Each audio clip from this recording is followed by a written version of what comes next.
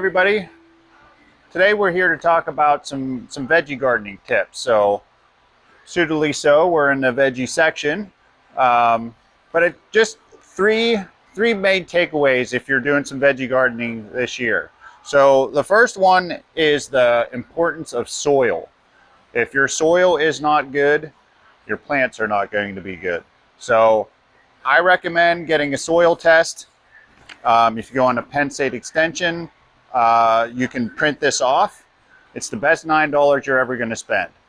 They recommend doing it every around three years or so, and it's going to get you the information that you're going to need for the fertility of your soil. So any amendments you're going to need for specific crops, or if it's just a regular garden, is going to be given back to you within about a week. So you print this off, send it in, $9 check, cup of soil, have your results in a week or two, and you know exactly what you're dealing with. So any amendments you need to make will be in that returned paperwork. After that, my best recommendation is going to be rotation.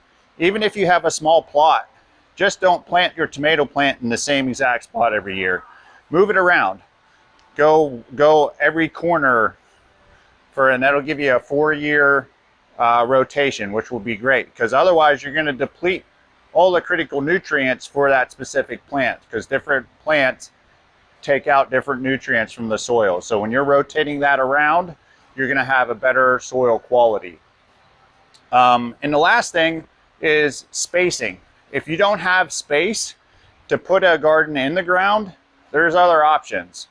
You can do containers. You just have to watch the specific plants that you plant in containers. There are smaller varieties that you can put in containers for the deck, patio, etc. If you have animals, that's another, like deer, groundhogs, rabbits, it's another great way to get them off the ground so the critters can't get them.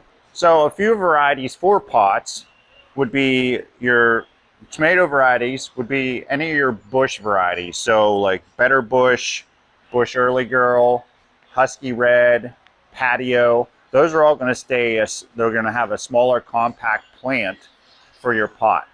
Now pot size, I would go no less than 5 gallons. Ideally 10 gallons per pot will get you the amount of soil per roots. So you're not having to water 2 to 3 times a day towards the end of summer. Other types of things you can do on pots, peppers stay on the smaller side. You can do your lettuces and your greens in pots, especially if you have rabbits and groundhogs outside. Carrots is another great thing to do in pots, because you can provide a nice loamy soil so they get to their full potential size. Another option would be to go vertical. So like your vining plants, your cucumbers and your beans and your peas and stuff like that, put them on a trellis. Some things to keep in mind to put onto a trellis would be your pole beans, your peas, cucumbers, pickles. All those items will actually crawl up. That'll save you a lot of space in the garden. So hope those couple tips help you out.